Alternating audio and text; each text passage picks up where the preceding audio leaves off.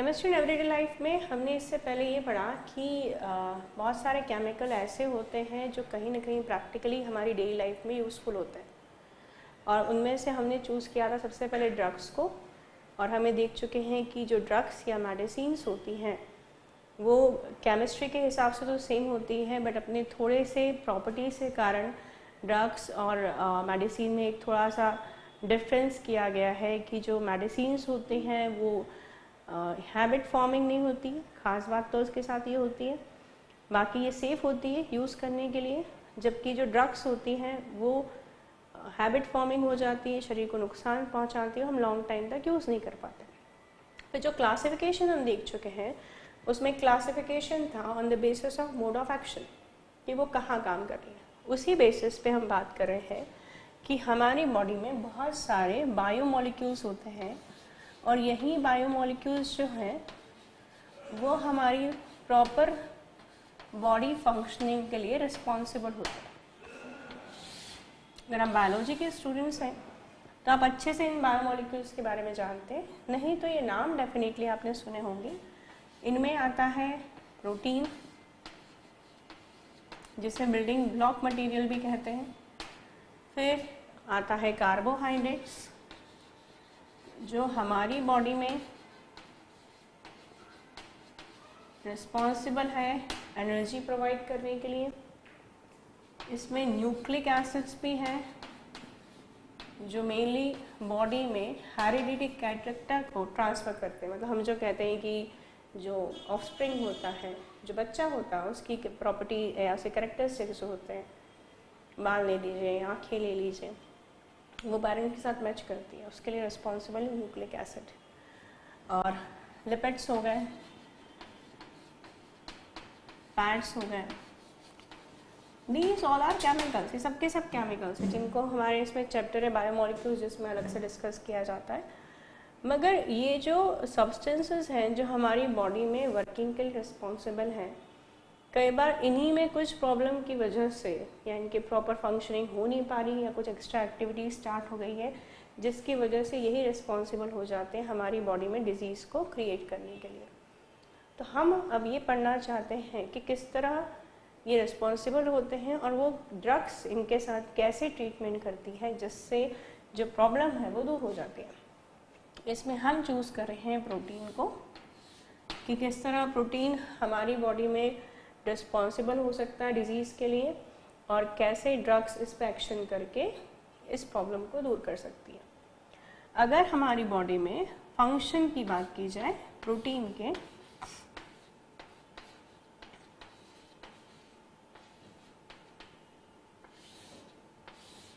सबसे पहला और इम्पॉर्टेंट फंक्शन है the act like a biocatalyst, क्योंकि ये लिविंग बॉडी में काम करते हैं, for they are called bio.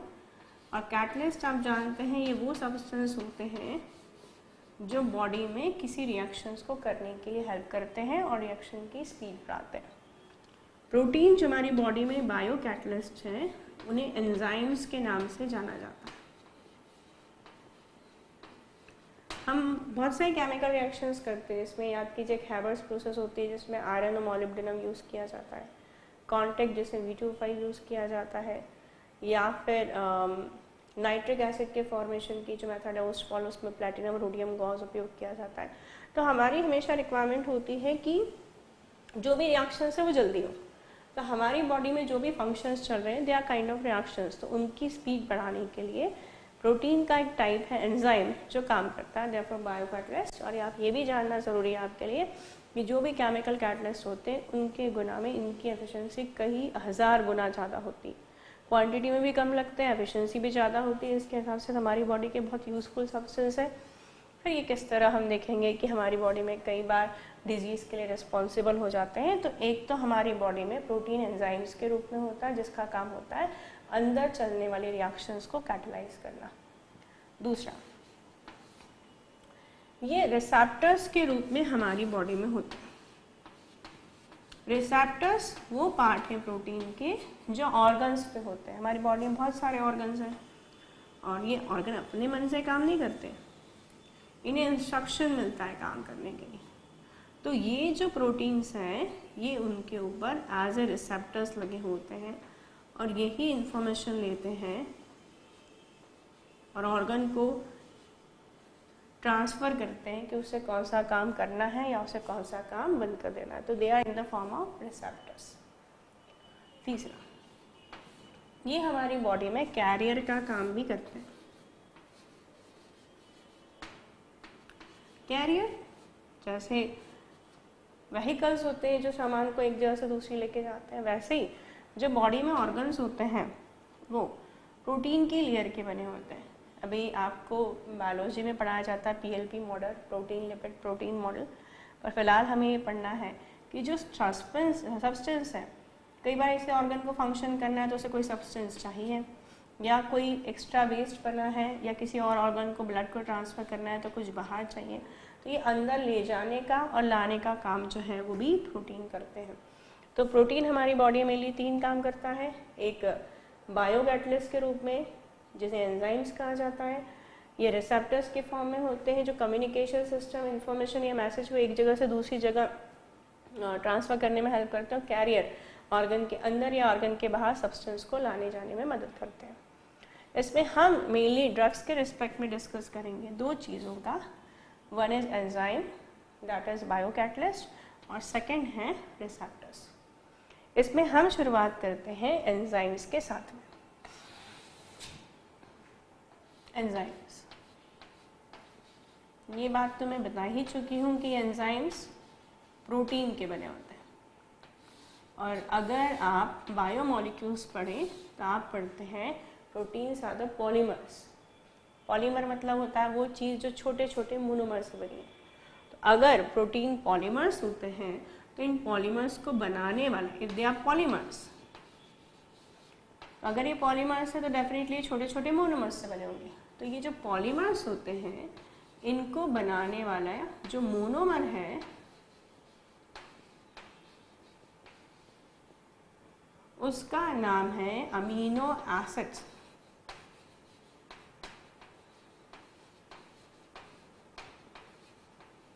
तो जो अमीनो एसिड्स होते हैं वो आपस में जुड़ते हैं और ये आपस में जुड़कर क्या बनाते हैं, polymer which is called protein. और हम प्रोटीन का एक टाइप पढ़ रहे हैं एंजाइम्स।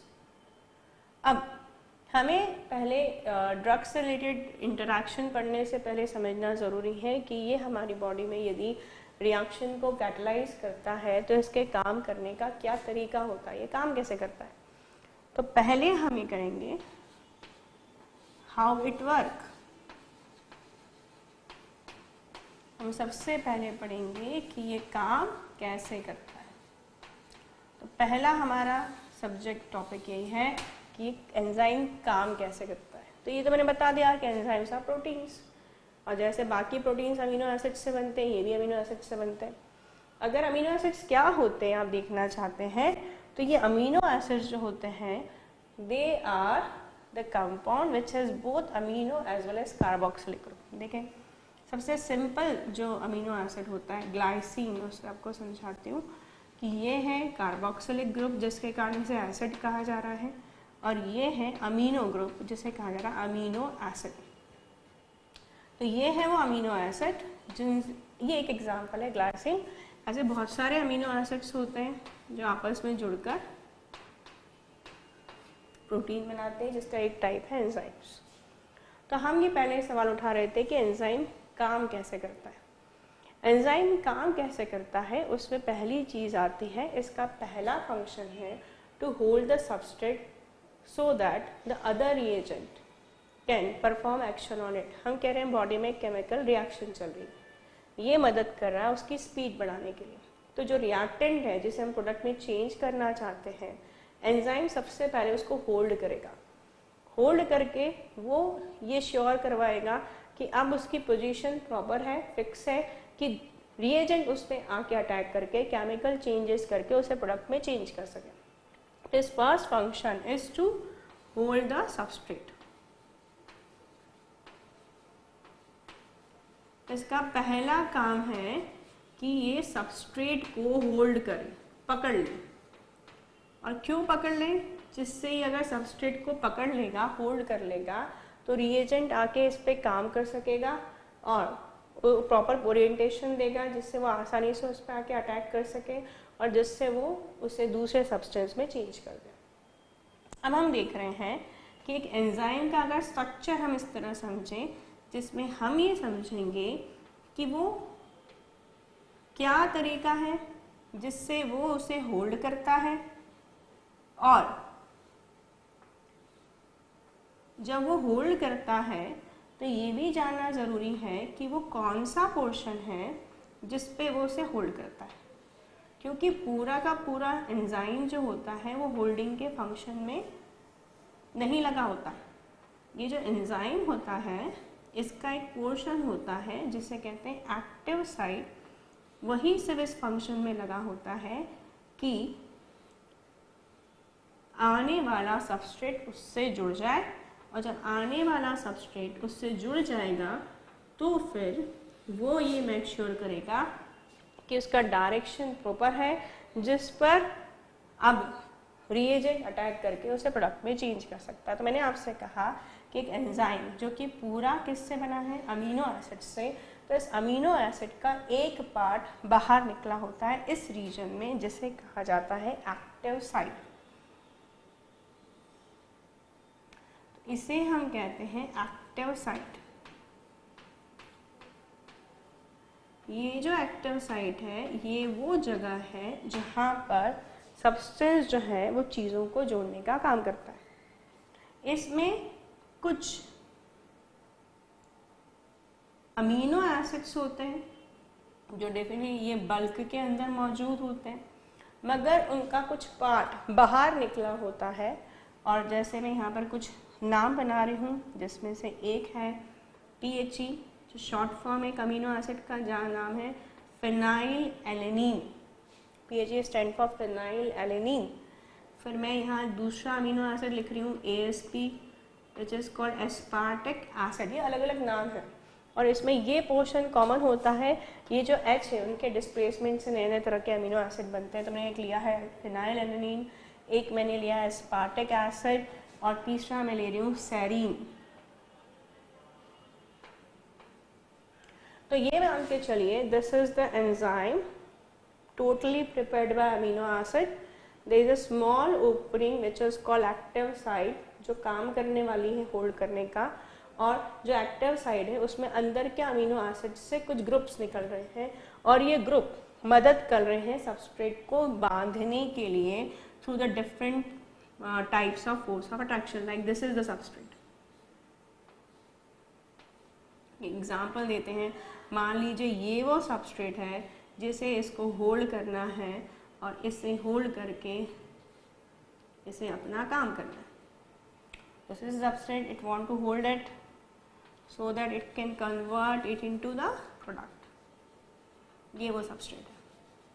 आप देखें तो बहुत कुछ इस सबस्ट्रेट का जो शेप है वो इस साइड के साथ मैच करता है। तो यहाँ पे इसे लॉक एंड की हाइपोथेसिस भी कहते हैं कि जिस तरह ताले की चाबी के जो ग्रूव्स होते हैं वो मैच करना चाहिए जिससे वो फिट हो सके, उसी तरह इसका शेप इसके साथ मैच करेगा तो वो इसके अंदर प्रॉपरली फिट हो जाएगा। फिट होके वो वापस ना निकले जब तक कि रिएक्शन ना हो, उसके लिए कुछ अमीनो एसिड्स के फंक्शनल ग्रुप बाहर निकलेंगे और वो उसे बांधने की कोशिश करेंगे। जैसे ये जो फिनाइल एलेनिन है इसमें एक ग्रुप होता है बेंजीन। बेंजीन के ही ऑर्गेनिक में फिनाइल कहते हैं। तो इसमें एक ग्रुप निकला होता है बेंजीन जो बाहर निकलता है और बाहर निकलकर इसे जोड़ने में मदद करता है। तो फिनाइल एलेनिन से बाहर कौन निकल रहा है, बेंजीन। उसी तरह एस्पार्टिक एसिड से बाहर निकल रहा होता है, एसिड वर्ड है इसमें, कार्बोक्सिलिक ग्रुप होता है, वो निकल रहा होता है। सेरीन की बात करें तो इसमें एक फंक्शनल ग्रुप होता है OH that is the functional group called alcohol, वो इससे जुड़ा होता है।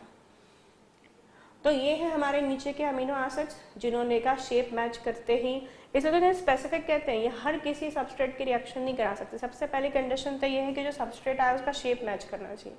वो एक चाबी की तरह है जो ताले में जाके फिट हो गया। अब नीचे जो अमीनो एसिड्स हैं उन्होंने कुछ फंक्शनल ग्रुप बाहर निकाले। अब ये फंक्शनल ग्रुप अलग अलग तरह के अट्रैक्शन से इसको जोड़ते हैं, जैसे कि ये जो जोड़ेगा उसके पास हाइड्रोजन है, इसलिए यहाँ पे काम कर रही है हाइड्रोजन बॉन्डिंग, जो इसे जोड़ने में मदद कर रही है। यहाँ हाइड्रोजन बॉन्डिंग काम कर रही है जो इसे मदद कर रही है। अब ये तो नॉन पोलर ग्रुप है, तो इनके बीच में जो अट्रैक्शन काम कर रहा है वो है van der Waal force of attraction.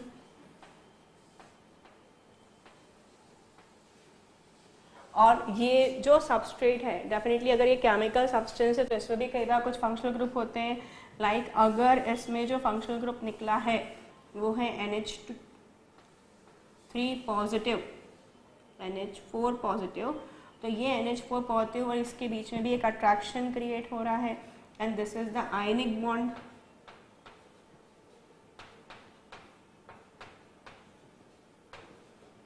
तो ओवरऑल वर्किंग ये है कि हम ये देख रहे हैं कि पहले हमारी बॉडी में एंजाइम कैसा कैटलिस्ट का काम करता है। तो मैंने कहा it's a basically protein substance which is made up of all amino acids which has different type of functional group depend on the type of amino acid। कौन सा अमीनो एसिड है उस पर डिपेंड करता है उसका कौन कौन से फंक्शनल ग्रुप है।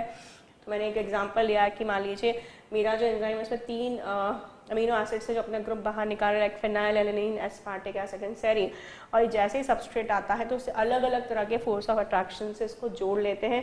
तो हमने देखा कौन कौन से फोर्स ऑफ अट्रैक्शन है। पहला अट्रैक्शन जो हमने देखा वो है van der Waal force of attraction, जिसके थ्रू फिनाइल एलेनिन उसको जोड़ रहा है। तो first is when der Waal force of attraction. Second हमने देखा कि एस्पार्टिक एसिड जो इसमें से ग्रुप निकल रहा है NH4 पॉजिटिव, उसके प्लस को और अपने माइनस को वो आयनिक बॉन्ड के थ्रू जोड़ रहा है। तो सेकेंड आयनिक बॉन्डिंग जो है वो भी यहाँ पर फोर्स ऑफ अट्रैक्शन का काम करती है, जो आने वाले सबस्ट्रेट को जोड़ने में हेल्प करती है।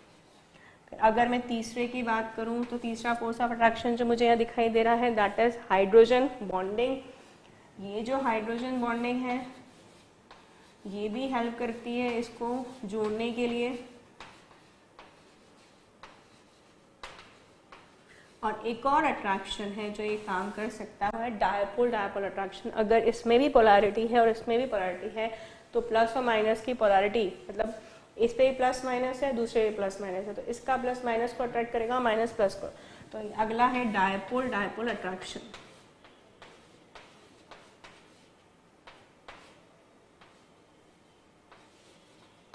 तो इस तरह ये 4 अट्रैक्शन मेनली रिस्पॉन्सिबल होते हैं उस सबस्ट्रेट को या रिएक्टेंट को पकड़ने के लिए जिस पे रिएक्शन आगे जाकर होने वाली है। और इसकी खासियत है कि इनमें 2 चीज़ साइमल्टेनियसली होती है, 2 अपोजिट चीज़ें। ये इतने स्ट्रॉन्ग है कि तब तक उसे पकड़ के रखेंगे जब तक कि प्रोडक्ट में चेंज नहीं हो जाए सबस्ट्रेट को।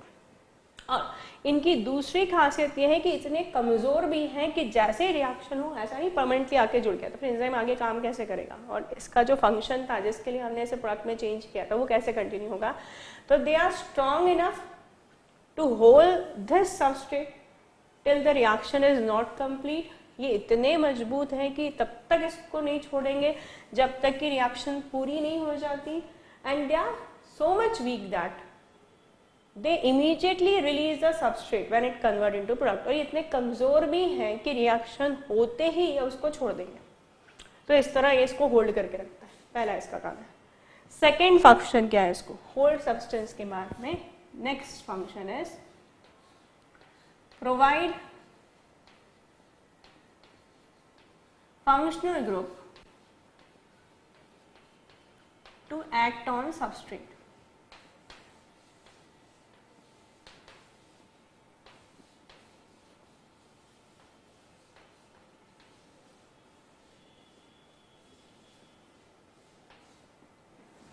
ये फंक्शनल ग्रुप भी प्रोवाइड करते हैं उसी रिएक्टेंट पे अटैक करके उसको प्रोडक्ट फॉर्म में चेंज करने के लिए। मतलब ये भी हो सकता है दूसरा आके रिएक्शन करे, तो ये भी हो सकता है कि इन्होंने अपनी एक्टिव साइट के कुछ फंक्शनल ग्रुप तो इसको होल्ड करने में लगा दिए हों और कुछ फंक्शनल ग्रुप बचे हुए हैं जो अपनी साइड से काम करेंगे। जैसे अभी हमने कहा सब में अगर मैं कॉमन बोलूँ तो सेंटर कार्बन पे हाइड्रोजन सब में कॉमन होता है। इमेज एंड डैश प्रोजेक्शन है जिसके बारे में हमने थोड़ा जिक्र पॉलीमर चैप्टर में किया था, पर इसके अलावा ऑर्गेनिक केमिस्ट्री में से पढ़ते हैं। और इसमें एक ग्रुप जो श्योर होता है वो होता है कार्बोक्सिलिक ग्रुप, और एक होता है NH4 positive group that is called amino acid. और ये ग्रुप जो है वो बल्क में रखा होता है अंदर, जो कंस्ट्रक्शन का काम कर रहा है, और एक ग्रुप बाहर निकला होता है जो एक्टिव ग्रुप का काम करता है, जो उससे इंटरैक्ट करता है, और वो इससे इसलिए इंटरैक्ट करता है जिससे वो उसे रिएक्टेंट से प्रोडक्ट में चेंज कर सके। तो इसके बहुत सारे टाइप है, डिपेंड आपने क्या यूज़ किया। Like if this functional group is OH we called it serine. कुछ नाम है जिनसे हमें फैमिलियर होना चाहिए। अमीनो एसिड का नाम है सेरीन, इसमें एक्टिव फंक्शनल ग्रुप होता है OH फंक्शनल ग्रुप। वैसे ही अगला नाम है सिस्टीन। सेरीन के साथ ही सिस्टीन लिखते हैं क्योंकि ये भी मिलता जुलता ही है। ये हो गया हाइड्रोजन जो इससे अटैच है, ये हो गया COO नेगेटिव, ये हो गया NH3 पॉजिटिव, और इससे बाहर जो निकला है वो है SH थायो अल्कोहल। मिलता जुलता है, बस ये अल्कोहल था, ये थायो अल्कोहल है, और इसका जो नाम है वो है सिस्टीन। वैसे हमने एक देखा ASP एस्पार्टिक एसिड, इसका स्ट्रक्चर भी हम देखते हैं।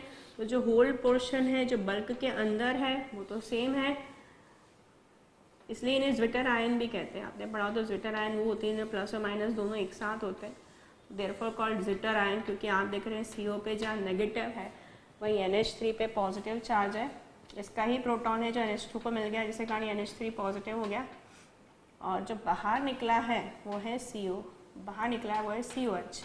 आपने देखा था यहाँ पर एक ग्रुप था जो इसे जोड़ रहा है। तो अगर सबस्ट्रेट भी कोई अमीनो एसिड कंटेनिंग कंपाउंड है तो उसके पास फंक्शनल ग्रुप हो सकता है। तो सेरीन, सिस्टीन और ये एस्पार्टिक एसिड,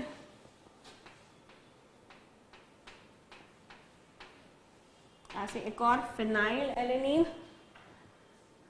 जिसने वंडरवॉल फोर्स ऑफ अट्रैक्शन के थ्रू इसको जोड़ा था।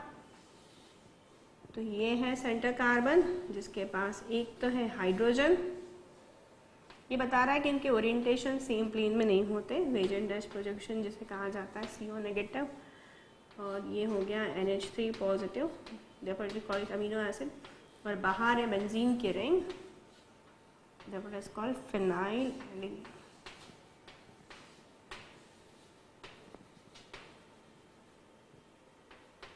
अगर हमें कह रहे हैं कि जो एंजाइम्स होते हैं वो प्रोटीन के अमीनो एसिड्स के बने होते हैं, तो कुछ एग्जांपल्स अमीनो एसिड्स में जिन्हें बताया है कि वो पोर्शन जो बल्क के अंदर रहता है और वो पोर्शन जो बाहर है, ये पोर्शन हो सकता है सबस्ट्रेट को होल्ड कर रहा हो, तो जो बच गए हैं वो उस पर अटैक करने का काम भी करते हैं, और जब वो उस पर अटैक करते हैं तो इनका काम पूरा होता है कि ये सबस्ट्रेट को प्रोडक्ट में कन्वर्ट कर देते हैं, और जब ये सबस्ट्रेट को प्रोडक्ट में कन्वर्ट कर देते हैं तो फिर ये वीक बॉन्ड टूट जाते हैं, और फिर वो प्रोडक्ट जो है रिलीज हो जाता है, उसकी एक्टिव साइड भी फ्री हो जाती है बाकी आने वाले अगले सबस्ट्रेट से रिएक्शन करने के लिए। तो इस तरह ये काम करता है एंजाइम।